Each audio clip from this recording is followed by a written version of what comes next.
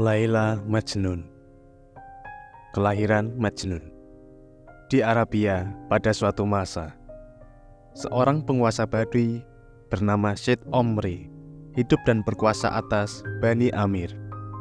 Kekuasaannya tiada terpermanai, dan angin sepoi padang pasir menghembus-hembuskan aroma kemasyurannya hingga ke tepian-tepian langit terjauh. Kekayaan yang ia punyai menyamai harta karun, kejayaan, dan kebajikannya membuatnya dikenal bak seorang raja yang ternama. Pada orang-orang melarat, ia bermurah hati. Peti-peti kekayaannya selalu terbuka bagi siapa saja. Pengelana-pengelana asing yang bertandang ke istananya tiada yang tak terpuaskan. Tak pernah sekalipun Syed Omri gagal dalam berusaha.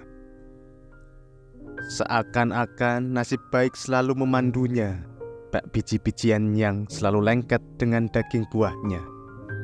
Akan tetapi, meskipun dihormati bak seorang raja, ia merasa dirinya serupa lilin yang termakan oleh nyalanya sendiri, tanpa cukup mampu memancarkan cahaya. Kesedihan rahasia mendekam di hatinya yang muram. Segala yang diinginkannya terpenuhi kecuali satu, buah hati yang mampu menyemarakkan hari-hari. Ya, anak, itulah yang tak dipunyainya.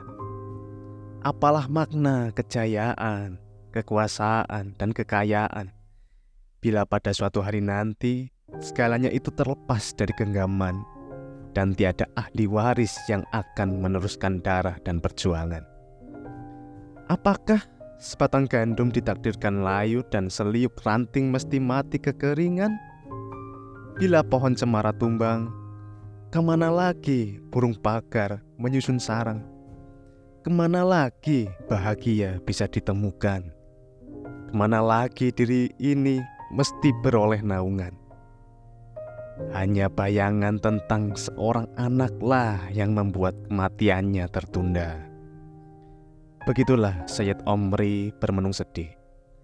Semakin umurnya beranjak malam, semakin besar hasratnya untuk mempunyai keturunan.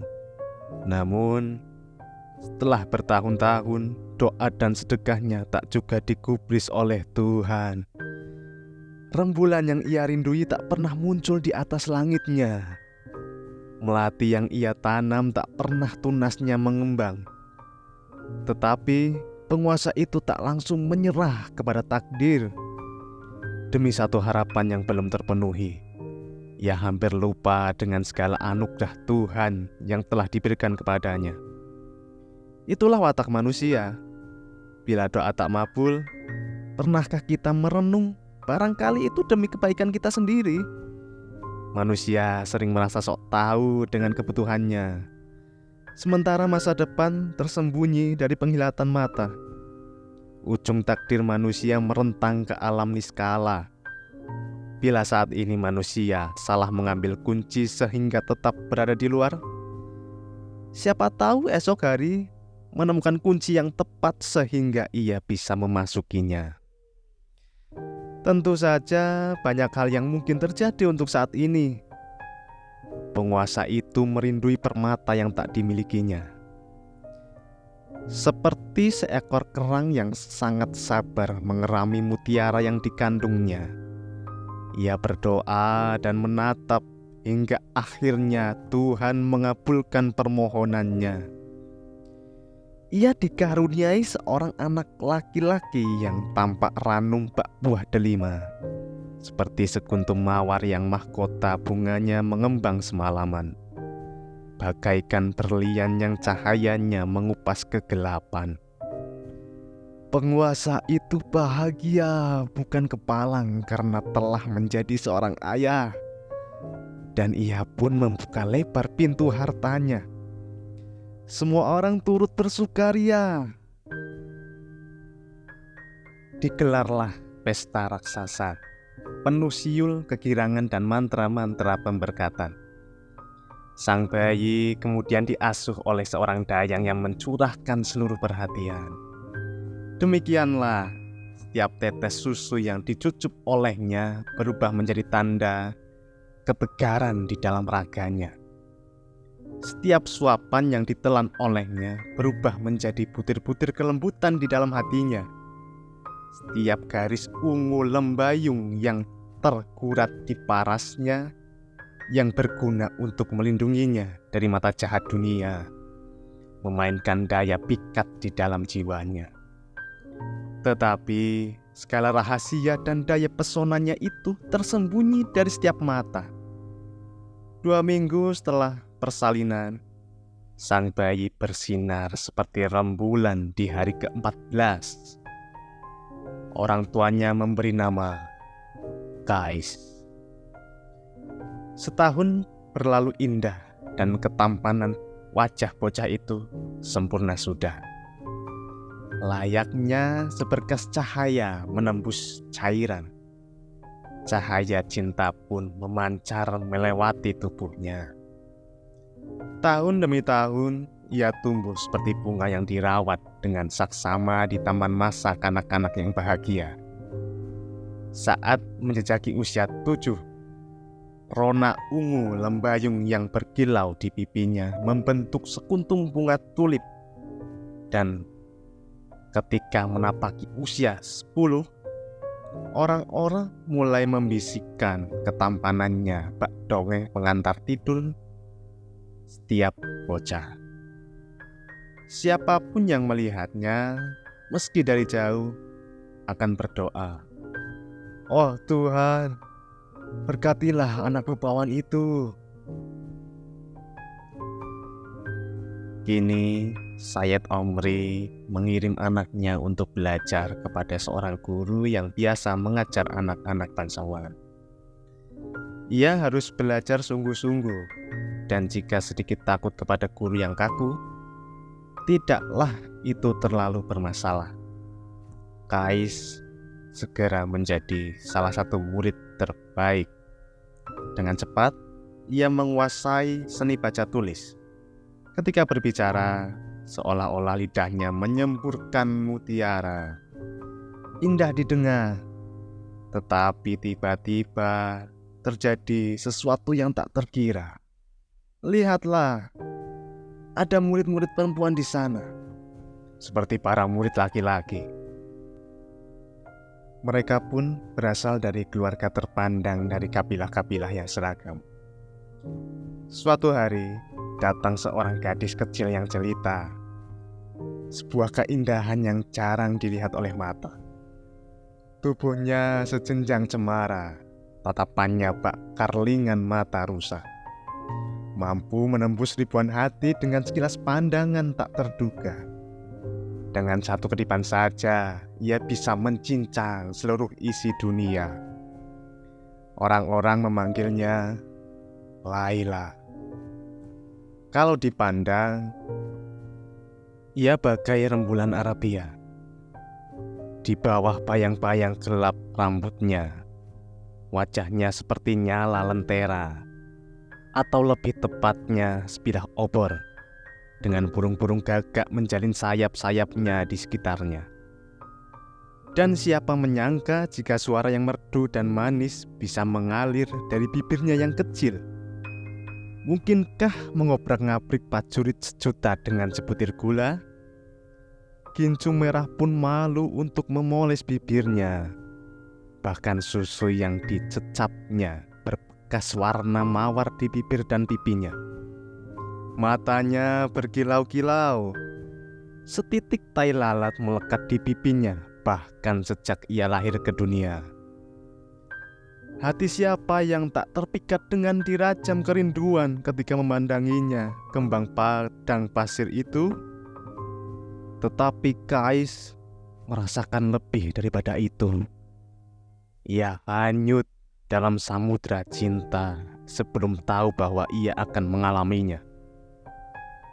Diserahkannya hatinya kepada Laila sebelum ia paham apa yang telah diserahkannya.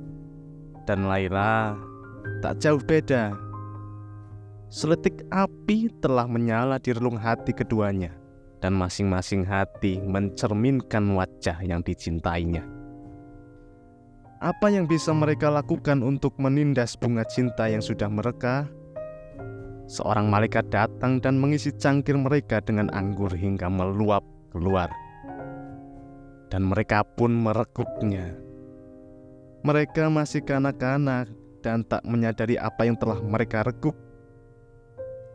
Tidaklah mengherankan bila mereka jadi mabuk. Orang yang baru mabuk sekali tentu saja akan mabuk teramat khusyuk. Dan orang yang belum pernah terjatuh, sekali jatuh tentu akan mengadu-ngadu. Bersama-sama mereka mengidu-wangi sekuntum bunga yang tak diketahui namanya, namun memiliki daya magis yang sulit terkikis. Dan karena tiada mata yang memperhatikan, mereka terus mencecap anggur itu. Siang hari minum, malam hari bermimpi. Makin banyak minum, makin sakau mereka ke dalam bayang-bayang kekasihnya. Mata dan telinga mereka tak ingat lagi dengan sekolah dan dunia. Ketika teman-teman mereka sibuk dengan kitabnya, dua anak ini justru menghayati pelajaran lainnya. Membaca gramatika cinta melalui tatapan mata. Kerlingan adalah tanda-tanda yang mereka eja. Pikiran terbebas dari penjara kata oleh mantra cinta. Mereka menyelami samudra cinta penuh rayuan. Orang lain belajar menghitung-hitungan bilangan, sementara mereka langsung berbincang-bincang. Tiada hitung-hitungan, yang ada hanyalah kelembutan. Kais dan Laila merasakan betapa indah kembang cinta pertama mereka yang baru rekah. Tetapi apakah kebahagiaan akan berlangsung selamanya? Bukankah bayang-bayang telah datang meski tiada mereka perhatikan? Apa yang mereka ketahui tentang jalan dan aturan dunia? Mereka tak lagi ingat akan jam ataupun hari, hingga malapetaka pun menerjang tiba-tiba. Seperti Yusuf yang merangkak keluar dari sumur celaka. Begitulah matahari dengan warna merah tembaganya berteracak setiap pagi dari ufuk timur, sebuah permainan indah di langit sana. Namun, setiap petang benda raksasa itu tenggelam kembali ke ufuk barat karena capai beredar seharian. Demikian pula Laila, bagai mentari ia bersinar di hari pagi. Setiap hari ia berkembang semakin jelita saja. Tak hanya Kais, teman-temannya di sekolah juga menyadari pemandangan itu. Diam-diam ataupun terus terang mereka mulai memperhatikan Laila. Meski hanya sekilas melihat dagunya yang bagaikan buah lemon berlesung kecil, mereka sudah merasa seperti memperoleh sebuah delima masak penuh sari yang merangsang selera. Apakah Kais menyadarinya? Tentu saja. Dan untuk pertama kalinya rasa pahit bercampur dengan manisnya cinta. Ia tak lagi sendirian saja dengan Laila. Setitik noda menetes dan merusak kebahagiaan mereka. Kais merasakan firasat tentang apa yang akan terjadi. Tetapi sudah sangat terlambat. Ketika sepasang kekasih memalingkan wajah ke dunia sembari meneguk anggur karang yang memikunkan dan menikmati surga asmara, mata dunia pun berbalik mendelik pada mereka. Adakah orang yang memahami apa yang mereka saksikan? Adakah orang yang mampu memahami rahasia tanda-tanda dan tatapan mata? Tidak. Mereka hanya mau menerima jalan pikiran yang sempit, yang didorong oleh rasa ingin tahu, terkaburkan oleh cemburu, kedengkian, dan kesenangan jika melihat penderitaan orang lain. Betapa mudah sepasang kekasih itu membiarkan musuh mereka memasang jebakan. Apa kalian belum mendengar? Kata mereka dengan mulut yang menyeringai. Mereka berbisik dari mulut ke mulut, dari telinga ke telinga, dari tenda ke tenda. Ketika lidah-lidah yang kelaparan menyakiti dua hati yang sedang kasmaran, mata dan bibir mereka tiada lagi mampu menyimpan rahasia yang terungkap oleh sebuah kerlingan. Serbuan fitnah membuat mereka terpisahkan. Orang-orang sungguh sudah diracuni oleh mimpi mereka sendiri. Mereka hidup dalam ketaksadaran tentang rasa sejati. Kais dan Laila kini mulai mengetahui ada banyak telunjuk yang tengah menuding-nuding. Beragam celaan dan bisikan mampir ke telinga mereka. Ratusan pasang mata terus mengawasi dan mengikuti langkah-langkah mabuk mereka. Mereka segera menyadari kemabukannya. Kenapa sebelumnya mereka tak pernah memperhatikan para pemburu dengan senjata yang terhunus? Kini mereka mencoba memperbaiki cadar yang terkoyak, melindungi cinta yang terlanjur diintip oleh dunia, menyembunyikan kerinduan satu sama lain, mengekang tatapan dan menutup bibir rapat-rapat. Mereka berusaha untuk berhati-hati dan waspada. Tapi, apalah gunanya? Seperti aroma wangi misik dari tubuh rusa. Tentu saja wangi cinta tak bisa disembunyikan. Ia seperti matahari yang menghembus gumpalan kabut. Kewaspadaan dan kehati-hatian bukanlah untaian pelengkap bagi seorang pecinta yang telah menguntai ribuan kali rambut kekasihnya. Jiwa Kais adalah cermin dari kecantikan Laila. Bagaimana mungkin ia tetap tak bicara atas segala yang dilihatnya? Bagaimana mungkin ia mengalihkan pandangannya dari mata air yang menjadi sumber kehidupannya? Kais telah mencoba, tetapi hatinya tak lagi mau tunduk kepada akalnya. Bila akal memintanya untuk menepis cinta, hatinya akan remuk dirajam kerinduan. Kais tak akan merasakan kedamaian bila jauh dari kasihnya, tetapi keluar untuk menjumpai kasihnya akan sangat membahayakan jiwanya. Adakah jalan keluar? Kais tak tahu, dan hatinya tiba-tiba hilang keseimbangan.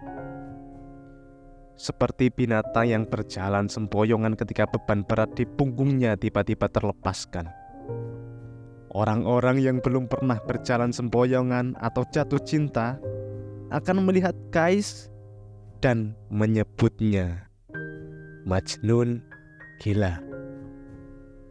Setiap orang segera tahu, dan semakin sering orang melihat dan mendengar tentang Kais, itu pun semakin tampak gila. Tetapi ia tak punya persediaan kata untuk menjawab celaan yang diarahkan kepadanya. Sebaliknya, ia justru berjalan di antara mereka, memuji-muji kecelitaan Laila. Seperti orang melindur yang berjalan sambil mengingat-ingat mimpi di siang bolong. Siapa yang mau berbuat demikian? Malah petaka segera mengambil alih. Terlalu banyak anjing pemburu yang mengejar lusa. Lidah-lidahnya menjulur dari mulut busuk yang berkilatan, menyalak-nyalak dan menggeram, terengah-engah dan mencaci-caci. Terlalu berat aib yang mesti ditanggung keluarga Laila. Bukankah kehormatan gadis ini juga kehormatan keluarga-keluarganya? Lebih daripada itu, bukankah kehormatan seluruh kabilahnya harus dipertahankan? Benarkah seorang laki-laki gila bernama Kais dari Bani Amir keluyuran bersama Laila hingga nama gadis ini menjadi bahan cemoohan? Dan Laila pun segera dikurung orang tuanya di rumah. Mereka menjaganya dengan hati-hati dan tak memberi Kais kesempatan untuk bertemu dengannya. Rembulan itu disembunyikan dari mata pemujanya. Jalan menuju padang rumputan kini tertutup bagi seekor menjangan muda. Dan apakah yang bisa dilakukan Laila? Perempuan itu harus menyembunyikan kegetirannya. Hanya ketika sendirian ia membuka tirai jendelanya dan menangis bertahan-tahan. Terpisah dari kekasih membuat Kais minggat dari rumah. Bila Laila hanya menangis diam-diam, lelaki gagah itu menunjukkan duka laranya kepada setiap orang. Di mana-mana, di segala tempat, ia terus menyebut nama Laila. Mengembaralah ia ke lembah-lembah kecil di antara tenda-tenda dan pasar tempat para pedagang dan seniman mendirikan lapak-lapaknya. Berjalanlah ia tanpa tujuan, hanya mengikuti suara hatinya yang merindu dendam, tanpa peduli kepada ribuan pasang mata yang memandang. Air mata mencucur melewati bulu matanya seperti mata air pegunungan. Sepanjang waktu, ia menyanyikan lagu-lagu duka tentang seorang pecinta yang mendendangkan nestapanya. Saat Kais melintas, orang-orang di sekitar berteriak, "Lihat, orang gila itu datang! Majnun! Majnun!" Tali kekang kuda telah lepas dari tangan penunggangnya. Rahasia batinnya terkuak seperti buah kelapa yang terbelah. Ia tak hanya kehilangan kekasihnya, tapi juga dirinya. Pada wajah Kais, setiap orang melihat bayangan api yang membakar hatinya. Setiap orang menyaksikan darah yang mengalir dari luka-lukanya. Ia menderita karena kekasihnya. Semakin kerinduan tertahan, semakin gila ia jadinya. Seperti lilin yang terbakar oleh nyalanya sendiri. Ia tak dapat tidur di malam hari. Dan ketika ia mencari obat penawar untuk menyembuhkan jiwa dan tubuhnya, jiwa dan tubuh itu telah digerogoti rasa sakit yang sangat mematikan. Setiap senjakala, bayangan kesia-siaan mengejar-ngejarnya hingga ia tersesat di padang pasir, tanpa alas kaki dan penutup kepala. Lalu hal aneh pun terjadi. Majnun memang telah terpisah dari Laila. Namun kerinduan telah menjadikan dirinya sebagai budak sang kekasih yang terpenjara. Ia orang gila, tetapi pada saat yang sama juga menjadi seorang pujangga, harpa cinta dan deritanya. Saat malam makin mengental dan semua orang telah terlelap, diam-diam Majnun keluar menuju tenda Laila. Kadang 2 atau 3 temannya yang juga sakit cinta turut menemaninya, meski ia lebih banyak sendirian berjalan sambil melantunkan syair-syair kerinduan.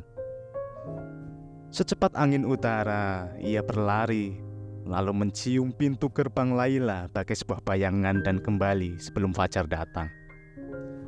Betapa berat meninggalkan tenda Laila. Seperti butuh waktu setahun saja. Saat berangkat menuju kekasihnya, Majnun melangkah cepat seperti air terjun yang masuk ke dalam jurang. Tetapi ketika mau pulang, ia merangkak seolah-olah bergerak melintasi ratusan lembah lebat yang berjejal semak berduri. Kalau nasib mengizinkan kebahagiaan mendatanginya, ia tak mau pulang ke rumah orang tuanya. Tempat ia kini merasa seperti orang asing. Hatinya bagai kapal karam, mendayung sia-sia di tengah lautan. dan menghadang amukan badai di samudra itu adalah tindakan yang sia-sia belaka. Nyaris Majnun tak mendengar omongan orang. Ia berubah menjadi pemuda linglung yang tak peduli kepada apapun. Kepalanya hanya menoleh jika nama Laila disebut. Jika mulut-mulut membicarakan masalah lain selain kekasihnya, telinga dan bibirnya terkunci mati. Ia berkelana bagai seorang pemabuk, menangis pilu, bergerak tiba-tiba, berguling-guling, dan berdiri lagi. Ketika kabilah Laila mendirikan tenda di kawasan pegunungan Najd, kesanalah ia ingin pergi. Ketika kekuatan mengkhianati tubuhnya, ia menyampaikan pesan kepada Laila melalui angin timur. Beginilah ia berteriak. Angin timur yang berhembus pagi hari, usaplah rambut kekasihku dan bisikan kata-kata ini ke telinganya. Orang yang mengorbankan segala untukmu kini telah berbaring di tengah jalan menuju tempatmu. Ia mengais-ngais napasmu dalam hembusan angin dan mengungkapkan duka citanya kepada bumi. Kirimkanlah kepadanya setiap nafas sebagai tanda bahwa engkau pun memikirkannya. Wahai cintaku, kalau belum kuserahkan jiwa ini kepadamu, jiwa yang bergetar oleh hasrat seperti angin ini, lebih baik aku mati saja. Aku tidaklah seberharga tanah tempatku berbaring ini. Lihatlah, aku terbakar habis oleh api cinta, tenggelam di dalam air mata kedukaan.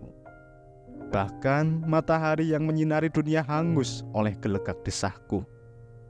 Lilin gaib jiwaku tiada akan menyengat-ngengat malam yang berkisar-kisar di sekitarmu. Matamu membuatku tersihir dan tiada bisa aku tidur barang sekejap pun. Rinduku kepadamu menjadi hiburan hatiku. Rindu adalah luka sekaligus obat penawarnya. Sungguh, hanya kau yang kurasa memberiku ucapan manis dan bibirmu yang tipis.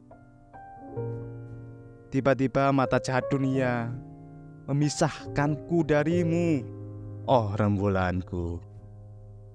Para musuh merebut buah segar dari tanganku dan menghempaskanku yang dahaga ke atas bumi yang tak berdosa. Kini ketika tubuhku terkapar oleh luka, jemarinya menuding-nuding ke arahku. Ya, aku korban mata jahat dunia yang mencuri kepunyaanku. Siapa yang tak akan takut padanya? Orang tua akan melindungi anak-anak mereka dengan jimat-jimat biru. Bahkan matahari mengenakan tudung biru langit karena takut akan kegelapan. Tetapi aku tak terlindungi oleh jimat satu pun.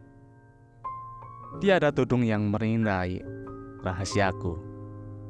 Tiada puing-puing reruntuhan yang menyelimuti khasanahku. Itulah sebabnya dunia merampasnya dengan mudah. Sekali lagi hari yang masih mentah mengenakan mantel paginya, bagai tenunan brokat yang gemerlap. Ia menghiasi telinga langit dengan ornamen emas matahari dan air raksa bintang gemintang yang meleleh dalam nyalanya yang merah. Bersama kawan-kawannya Majnun bersijingkat mendekati tenda Laila. Sejauh ini ia datang hanya di malam hari berjubah kegelapan. Kini kerinduannya tiada tertahankan lagi. Sabarannya habis sudah. Ia harus menatap wajah Laila yang terus menggedor-gedor hatinya. Meskipun malam belum tiba, semakin dekat ke tujuan. Langkahnya semakin tak pasti, dimabuk rindu dan terkacaukan oleh harapan yang mendemam. Bibirnya bergetar seperti syair-syair yang ia lantunkan. Tiba-tiba ia berhenti. Di depan mata, ia melihat tenda. Lalu apa lagi? Jarang ada mimpi yang begitu nyata. Tirai pintu tenda terbuka dan cahaya terang menyinari bagian dalamnya yang tamaram. Laila, sang rembulan itu, tengah duduk sendirian. Majnun mendesah. Kini mata Laila tertumpuk pada wajahnya. Wajah sepasang kekasih itu memancarkan rasa takut, cinta, dan derita. Tak ada yang melangkah, hanya mata saja yang beradu. Suara mereka membelai satu sama lain, bertukar desah keluhan yang biasanya hanya mereka titipkan kepada angin dan malam saat subuh terpisahkan. Bila Laila kecapi, Majnunlah biolanya. Segala cahaya pagi ini adalah Laila semata. Namun lilin di depannya meleleh habis karena terbakar oleh harapan yang tiada terkendalikan. Bila Laila taman impian, Majnunlah lentera kerinduan. Laila telah menanam serumpun mawar, dan Majnun menyiraminya dengan air mata. Harus kusebut apa Laila ini? Ia bukanlah manusia, melainkan sesosok bidadari bermata jeli. Bagaimana aku harus menjelaskan Majnun? Ia adalah lentera sang bidadari yang bercahaya dari kepala hingga kaki. Bila Laila adalah taman melati di musim semi, Majnun adalah padang rumput di musim gugur. Bila dari balik rambut hitamnya Laila bisa memikat dunia dengan sekali pandang, Majnun adalah budak dan darwis yang menari di hadapannya. Bila Laila memegang secawan anggur, Majnun mabuk oleh wanginya. Bahkan sebelum menyentuh anggur itu, hanya perjumpaan singkat dan dari jauh seperti ini yang bisa dinikmati oleh mereka. Karena takut kepada para penjaga dan mata-mata, Majnun berlari kencang. Cemas kalau-kalau roda nasib menjungkirkan kebahagiaannya itu menjadi bencana. Ia meninggalkan Laila agar bisa menjumpainya lagi nanti.